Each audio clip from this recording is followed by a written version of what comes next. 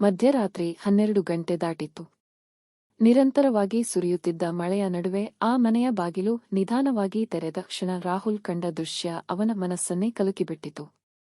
ಮನೆಯೊಳಗೆ ಅವನ ಅಣ್ಣ ಇರಲಿಲ್ಲ. ಆದರೆ ಅತ್ತಿಗೆ ಒಬ್ಬಳೇ ಆತಂಕದಿಂದ ಕುಳಿತಿದ್ದಳು. ಆ ಒಂದು ರಾತ್ರಿ ಅವರ ಇಡೀ ಕುಟುಂಬದ ಹಲವು ವರ್ಷಗಳ ಮೌನ ರಹಸ್ಯವನ್ನು ಬಯಲಿಗೆಳೆಯಲಿದೆ ಎಂಬುದು ಆಗ ಯಾರಿಗೂ ತಿಳಿದಿರಲಿಲ್ಲ. ಬೆಂಗಳೂರಿನಲ್ಲಿ ಉದ್ಯೋಗ ಮಾಡುತ್ತಿದ್ದ ರಾಹುಲ್ ಅನಿರೀಕ್ಷಿತವಾಗಿ ತನ್ನ ಊರಾದ ಸಾಗರಕ್ಕೆ ಮರಳಬೇಕಾಯಿತು.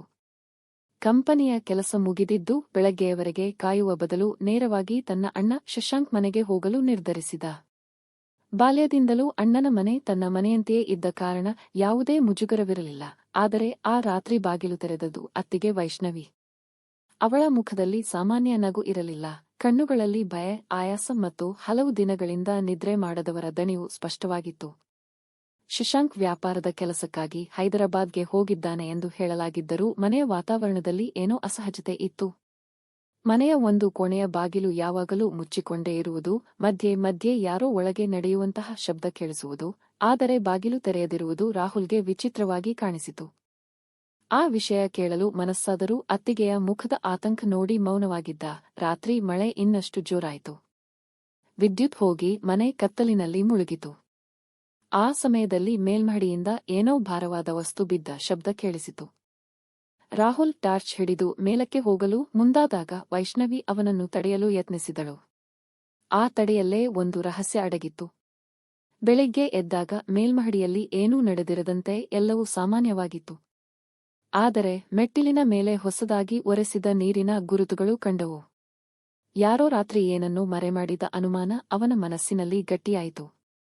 ಊರಿನ ಜನರು ಶಶಾಂಕ್ ಬಗ್ಗೆ ಮಾತನಾಡುವಾಗ ವಿಚಿತ್ರವಾಗಿ ವರ್ತಿಸುತ್ತಿದ್ದರು. ಕೆಲವರು ಅವನು ತಿಂಗಳಿನಿಂದ ಊರಿಗೆ ಬಂದಿಲ್ಲ ಎನ್ನುತ್ತಿದ್ದರು. ಆದರೆ ವೈಷ್ಣವಿ ಪ್ರತಿದಿನ ಅವನೊಂದಿಗೆ ಫೋನ್ನಲ್ಲಿ ಮಾತನಾಡುತ್ತಿರುವಂತೆ ಹೇಳುತ್ತಿದ್ದಳು. ಎರಡು ವಿರುದ್ಧ ಸತ್ಯಗಳು ರಾಹುಲ್ ಮನಸ್ಸನ್ನು ಕಾಡತೊಡಗಿದವು. ಮುಂದಿನ ದಿನ ಮನೆಯ ಹಳೆಯ ಅಲ್ಮಾರಿಯನ್ನು ತೆರೆಯುವಾಗ ಅವನ ಕೈಗೆ ಒಂದು ಆಸ್ಪತ್ರೆಯ ವರದಿ ಸಿಕ್ಕಿತು. ಅದರಲ್ಲಿ ಶಶಾಂಕ್ಗೆ ಅಪಘಾತ ಸಂಭವಿಸಿದ್ದ ದಾಖಲೆ ಇತ್ತು. ಆದರೆ ದಿನಾಂಕ 3 ತಿಂಗಳ ಹಿಂದಿನದು.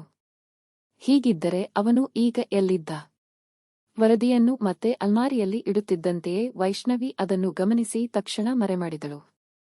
ಆ ಕ್ಷಣ ಅವಳ ಕಣ್ಣಲ್ಲಿ ಕಣ್ಣೀರು ತುಂಬಿದ್ದರೂ ಸತ್ಯ ಹೊರಬರಲಿಲ್ಲ. ರಾಹುಲ್ ತನ್ನ ಅಣ್ಣನ ಸ್ನೇಹಿತ ದೇವೇಂದ್ರನನ್ನು ಭೇಟಿಯಾದ. ದೇವೇಂದ್ರ ಹೇಳಿದ ಮಾತು ಅವನನ್ನು ಬೆಚ್ಚಿಬೀಳಿಸಿತು. ಶಶಾಂಕ್ಗೆ ಅಪಘಾತವಾದುದು ನಿಜ.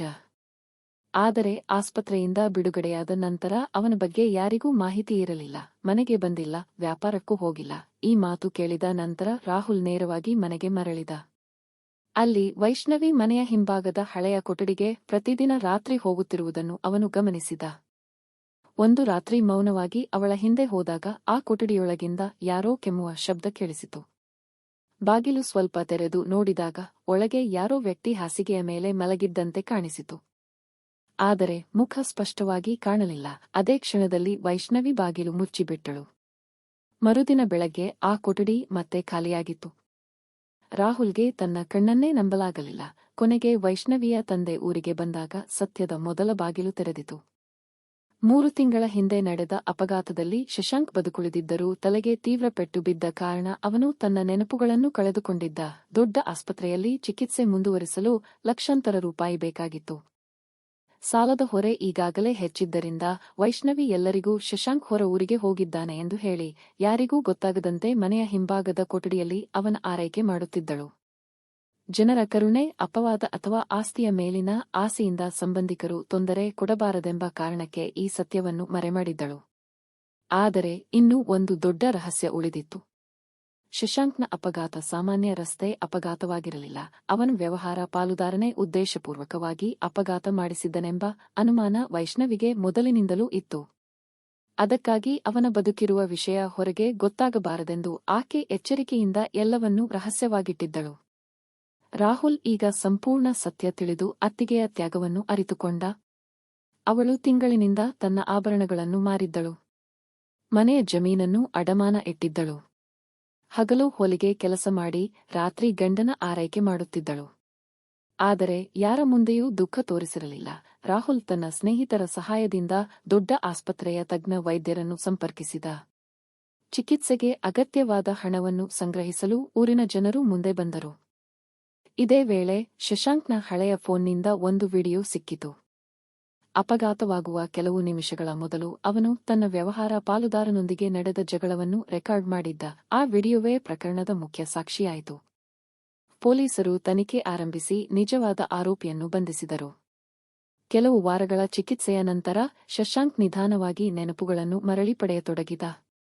ಮೊದಲಿಗೆ ಅವನಿಗೆ ನೆನಪಾದ ಮುಖ ವೈಷ್ಣವಿಯದ್ದಾಗಿತ್ತು. ನಂತರ ರಾಹುಲ್ನದ್ದು ನೆನಪಿಗೆ ಬಂತು. ತಿಂಗಳ ಕಾಲ ಮೌನವಾಗಿ ನಡೆದ ತ್ಯಾಗದ ಫಲ ಕೊನೆಗೂ ದೊರಕಿತು. ಊರಿನ ಜನರಿಗೆ ವೈಷ್ಣವಿ ಬಗ್ಗೆ ಇದ್ದ ಎಲ್ಲಾ ತಪ್ಪು ಕಲ್ಪನೆಗಳು ಒಂದೇ ಕ್ಷಣದಲ್ಲಿ ಕರಗಿಹೋದವು. ಒಂಟಿಯಾಗಿ ಮನೆಯೊಳಗೆ ಏನೋ ರಹಸ್ಯ ಮಾಡುತ್ತಿದ್ದಾಳೆ ಎಂದು ಅನುಮಾನಿಸಿದ್ದ ಜನರೇ ಈಗ ಅವಳ ಧೈರ್ಯಕ್ಕೆ ತಲೆಬಾಗಿದರು. ರಾಹುಲ್ಗೆ ಆ ರಾತ್ರಿ ಅತ್ತಿಗೆ ಒಬ್ಬಳೇ ಇದ್ದದ್ದು ಒಂದು ವಿಚಿತ್ರ ಘಟನೆ ಅಲ್ಲ, ಒಂದು ಕುಟುಂಬವನ್ನು ಉಳಿಸಲು ಹೋರಾಡುತ್ತಿದ್ದ ಹೆಣ್ಣಿನ ಮೌನ ಯುದ್ಧ ಎಂಬುದು ಅರ್ಥವಾಯಿತು.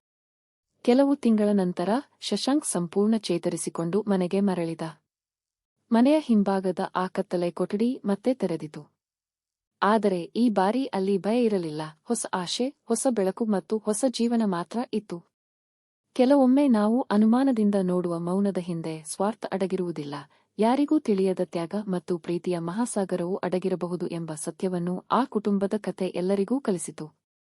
ನಿಮ್ಮ ಅಮೂಲ್ಯ ಅಭಿಪ್ರಾಯವನ್ನು ಕಾಮೆಂಟ್ನಲ್ಲಿ ಹಂಚಿಕೊಳ್ಳಿ, ಲೈಕ್ ಮಾಡಿ, ಈ ಕಥೆಯನ್ನು ನಿಮ್ಮ ಆತ್ಮೀಯರೊಂದಿಗೆ ಶೇರ್ ಮಾಡಿ.